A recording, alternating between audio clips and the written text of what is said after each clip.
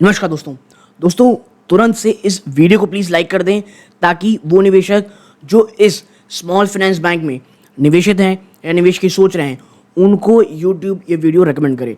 और चैनल पहली बार आए हैं सब्सक्राइब करके ऑल नोटिफिकेशन दबा दीजिएगा। और अब जिस स्टॉक की हम लोग यहाँ पे चर्चा करने वाले हैं दोस्तों, उस स्टॉक का नाम है उत्कर्ष स्मॉल फाइनेंस बैंक। और मैं आपको बता दूँ, लगभग 1.5 महीने पहले इस स्टॉक के ऊपर हमने लास्ट वीडियो बनाया था और मैंने ये कहा था कि स्टॉक जिस तरह से ट्रेड कर रहा है ऑलरेडी बहुत ज़्यादा गिर चुका था। मैंने कहा था मुझे अभी भी ये वीक लग रहा है, 45 के आसपास ये आपको आता हुआ आने वाले समय में दिखाई देगा। और अगर आप या के थोड़े रिस्की इन्वेस्टर हैं तो ले सकते हैं 50 रुपीज़ के आसपास। अगर आप सोचते हैं कि भाई एक बार सितंबर क्वार्टर आ जाए, उसको देखने से आप कैसे सितंबर क्वार्टर के बाद लेंगे, जो तस्वीर है ना वो थोड़ी क्लियर हो जाएगी। लेकिन अभी निवेशकों के सवाल इतने ज़्यादा लगातार स्टॉक में आ रहे थे कि मुझे एक छोटा सा वीडियो बनाना पड़ा। बीच में कुछ 2-3 खबरें भी आई हैं, उसकी चर्चा करेंगे। तो यदि आप उत्कर्ष स्मॉल फाइनेंस बैंक में निवेशित हैं तो ये वीडियो को अंत तक ज़रूर देखिएगा। अब देखिए, आज जब मैं वीडियो रिकॉर्ड कर रहा हूँ लगभग 1 बजे हैं, तो दोपहर के ओके, ऑलमोस्ट फ्लैट ट्रेड कर रहा है ना, ऑलमोस्ट फ्लैट ट्रेड कर रहा है। इसने निवेशकों को इतना ज़्यादा परेशान किया है पिछले 1 साल में। आप देखोगे तो भले ही आपको ये 1 साल में दिखा रहा है कि भाई सिर्फ 6.33% की गिरावट है, पर जब आप इसको ऊपरी तरफ से ट्रेड करोगे ना, ये देखिए जो ये हाई में टच किया था वहाँ से स्टॉक ऑलमोस्ट 30% के नेगेटिव रिटर्न अपने निवेशकों को ये दे चुका है दोस्तों। और हमेशा मैंने एक बात कही है, स्टॉक को प्लीज़ चेज करने से बचें, ठीक है। कभी भी किसी भी स्टॉक को चेज न करें। अगर कर रहे हैं स्ट्रिक्ट स्टॉप लॉस लगाएं, अगर कर रहे हैं तो विजन लंबा रखें और समझें कि भाई यहाँ से जो मेरा रिस्क है ना वो रिवॉर्ड से कहीं ज़्यादा है। और यही कारण है कि अब आप देखें स्टॉक यहाँ पे, और देखिए इस स्टॉक के लिए जो 45 का लेवल है ये मुझे लगता है मेक इट और ब्रेक इट का लेवल हो सकता है। ओके, इसके साथ ही साथ कई लोग सोच रहे हैं कि भाई ये जो स्टॉक है उत्कर्ष स्मॉल फाइनेंस बैंक, ये जो है आने वाले समय में आप कह सकते हैं जो सितंबर है, ठीक है, वहाँ पे कुछ एक पॉजिटिव सिनेरियो दिखा सकता है।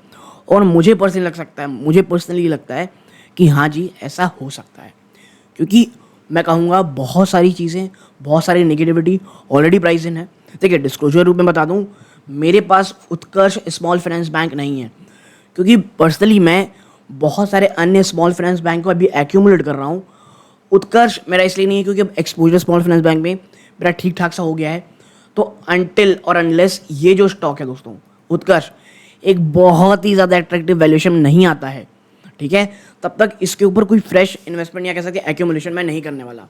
अगर आप इस उत्कर्ष स्मॉल फाइनेंस में कर रहे हैं, अगर निवेश कर रहे हैं, एक माइंडसेट याद रखिएगा, अभी भी ये टेक्निकली काफ़ी ज़्यादा वीक है।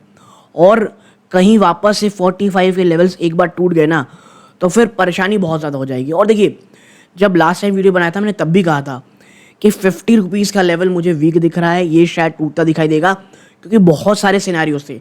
टेक्निकली बहुत वीक था, आज भी बहुत ज़्यादा वीक है।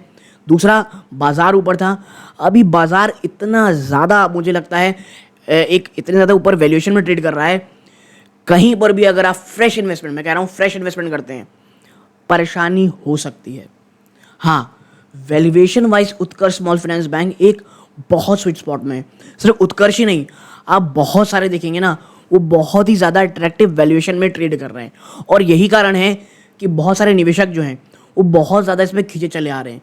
बट याद रखिएगा, short to medium term Utkarsh small finance bank या कोई भी स्मॉल फाइनेंस बैंक इशू देंगे। देखिए, होता क्या है ना, लोग पेशेंस भूल जाते हैं। अब मैं आपको बताऊँ, HDFC बैंक स्टॉक बहुत लंबे समय तक अंडर परफॉर्म किया अपने पीयर्स के मुकाबले, बहुत सारी खबरें आई। स्टॉक मेरे को याद है, तमाम जो भी मैंने वीडियो बनाए, चाहे आप कह सकते हैं top 5 stocks, under valued stock, coffee can portfolio stock, उसमें HDFC बैंक को 1300 से लेकर के 1500 के बीच बहुत ज़्यादा मैंने आप कह सकते हैं एंडोर्स किया। डिस्क्लोजर मैंने तब भी बताई थी, आज बता रहा हूँ, HDFC बैंक मेरे पास है। मैंने ये कहा था जिन्हें भी यहाँ से आप कह सकते हैं अगर एक्यूमुलेट कर रहे हैं, यहाँ से 10 to 15% का एक बहुत ही आसान रिटर्न चाहिए, और वो भी आने वाले 6 से 8 महीने में आप ले सकते हैं, एक्यूमुलेट कर सकते हैं। आपको पता है आज 1750 रुपये के भी ऊपर एक बार जा चुका है HDFC बैंक। और कहीं कुछ आपको नहीं करना था, सिर्फ धीरे धीरे एक्यूमुलेट करना था, पेशेंस रखना था। एग्जैक्टली सेम HUL के साथ हुआ, ठीक है। लेकिन ये जो फाइनेंस सेक्टर होता है ना, ये बहुत ज़्यादा वॉलेटाइल होता है। ये जब भागना शुरू करता है, अब आप मुझे खुद बताएं, ये लेवल्स आप देख रहे हैं, ये कितने दिन में इसने छुआ होगा? आप देखिए यहाँ से, ये रहा स्टॉक 48.95 कब? 25 अक्टूबर 2023 को, और ये पहुँच गया 8 फरवरी को। ओके, यानी कि मात्र 4 महीने के अंदर आपको 30% रिटर्न दे चुका है। और देखिए, स्टॉक जब छोटा रहता है ना, तो 30% भी एक ह्यूज रिटर्न हो जाता है। क्यों? क्योंकि आपकी जो क्वांटिटी है वो बहुत ज़्यादा हो जाती है। ओके, क्योंकि 50 रुपए का है, आप इसमें आराम से एटलीस्ट 1000-2000 स्टॉक तो आप आराम से ले सकते हैं। ओके, तो ये चीज़ें रहती हैं। बट जब ये गिरने में आते हैं ना, तो उसी प्रकार की वॉलेटिलिटी होती है और कंसोलिडेशन फेज भी उसी प्रकार का होता है। ओके, तो नियर टर्म में जब तक उत्कर्ष 50 रुपीज़, बल्कि मुझे ऐसा लगता है 52 के लेवल को ये तोड़ करके ऊपर नहीं चले जाता, तब तक कोई भी क्लैरिटी स्टॉक में नहीं आएगी। और आप इस बात को समझिए, और मैं इतना समय इसमें इसलिए ले रहा हूँ क्योंकि बहुत सारे निवेशक ना बार बार उत्कर्ष स्मॉल फाइनेंस बैंक में बात कर रहे हैं। अब कुछ अन्य बातें करता हूँ जो उत्कर्ष के लिए एक पॉजिटिव साइन हो सकता है। अब भाई, वैल्यूएशन तो बहुत ज़्यादा अट्रैक्टिव है, नो डाउट। स्टॉक की भी 9.74 में है, इंडस्ट्री की भी 12 है, उससे तो आपको सस्ता मिल रहा है।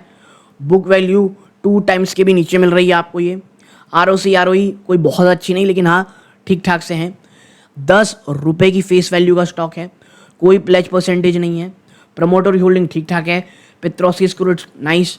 ओके, अब मैं आपको बताता हूँ कि कुछ अन्य चीज़ों के ऊपर। देखिए, कंपनी का जब नंबर आया, ये क्वार्टरली नंबर है इसके, 1 मिनट, जी हाँ, ये रहा कंपनी के क्वार्टरली नंबर। मैं इसे थोड़ा इधर कर लूँ, हाँ, ये कंपनी के क्वार्टरली नंबर्स हैं।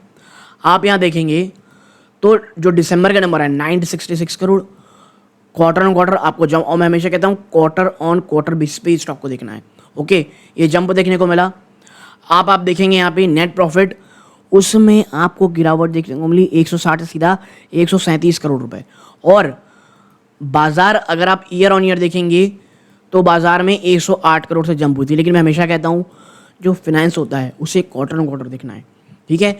लेकिन देखिए, मेरा ये मानना है ना कि जो जून क्वार्टर था, हम सब मैंने, अगर आप मेरे पुराने व्यूअर हैं, मैं कई बार चर्चा कर चुका हूँ कि जून के क्वार्टर सीजनली फाइनेंशियल्स के लिए बहुत ज़्यादा वीक होते हैं। और इस बार तो चुनाव था और हीट वेव सब थे, तो ये चीज़ें हैं।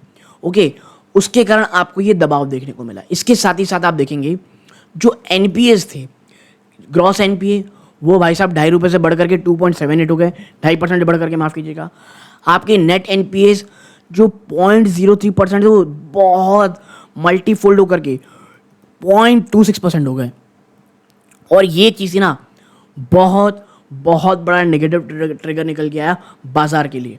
बट अब ये चीज़ें प्राइस इन हो चुकी हैं, ये चीज़ गिरावट हो चुकी है, बाजार टिका हुआ है। और मैं इसीलिए कह रहा हूँ, अगर आप थोड़ा सा रिस्क फैक्टर कम है, सितंबर क्वार्टर का इंतज़ार करें।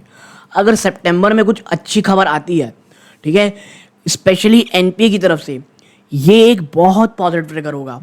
और मैं आपको एक चीज़ बता दूं, पिछले कुछ समय से अगर आप इसकी कॉर्पोरेट शेयर होल्डिंग पैटर्न अगर आप नज़र डालेंगे ना, आप देखेंगे FIIs ने अपनी जो होल्डिंग है उसे थोड़ी सी बढ़ाई है, DIIs ने अपनी होल्डिंग को 10% से ऊपर ले गया है। माल किसने बेचा है? पब्लिक ने।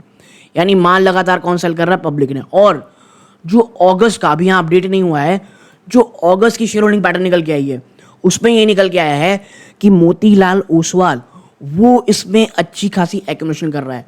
और मैं बता दूं, वो जो एक्यूमुलेशन है वो इंडेक्स फंड में नहीं है। मैं हमेशा कहता हूं, अगर आप जाकर के चेक करते हैं कि शेयर होल्डिंग पैटर्न को, और अगर इंडेक्स फंड में बाइंग हो रही है, तो भाई वो कोई बहुत पॉजिटिव ट्रिगर नहीं होता है, क्योंकि इंडेक्स फंड में मजबूरी हो जाती है फंड मैनेजर्स के लिए एक्यूमुलेट करना।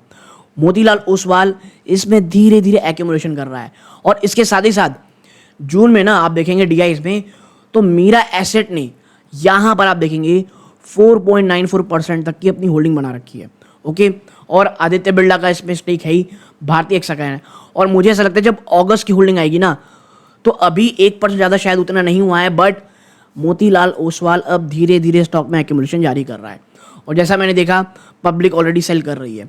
और मैं इसीलिए कह रहा हूँ, अगर जिसका विजन आने वाले समय 6-8 महीने के लिए है और मुझे ऐसा लगता है कि मार्च तक तो एटलीस्ट ये स्टॉक आपको एक तेज़ी दिखा देगा, क्योंकि अगर स्टॉक बहुत तेज़ भागते हैं और एक लंबे समय गिरावट के बाद कंसोलिडेट करते हैं, वहाँ से ही स्टॉक को धीरे धीरे एक्यूमुलेट करना, लॉन्ग टर्म के लेने का मौका रहता है। मैं शॉर्ट टू मिड टर्म की बात नहीं कर रहा हूँ, मैं लॉन्ग टर्म की बात कर रहा हूँ।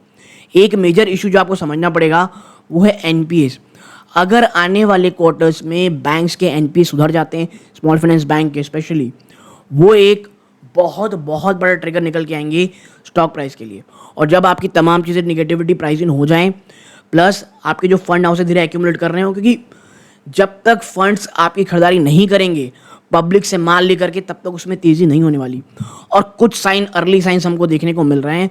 तो आने वाले मुझे लगता है 2 से 3 क्वार्टर ये बहुत ही ज़्यादा, मैं कहूँगा, इंपॉर्टेंट होने वाले हैं, एक्साइटिंग होने वाले हैं। कि अगर एक बार चीज़ें ये प्राइस इन हो जाती हैं तो फिर एक, मुझे लगता है, आपको शॉर्ट टू मिड टर्म के बाद एक ठीक ठाक सी रैली देखने को मिलेगी। मैं आपको बता दूं, यहाँ पे कोई बाइंग और सेलिंग रिकमेंडेशन नहीं है। कुछ भी खरीदारी करें, अपनी वित्तीय सलाहकार सलाह ज़रूर लीजिएगा। ये सूर्यकांत है। जय हिंद दोस्तों।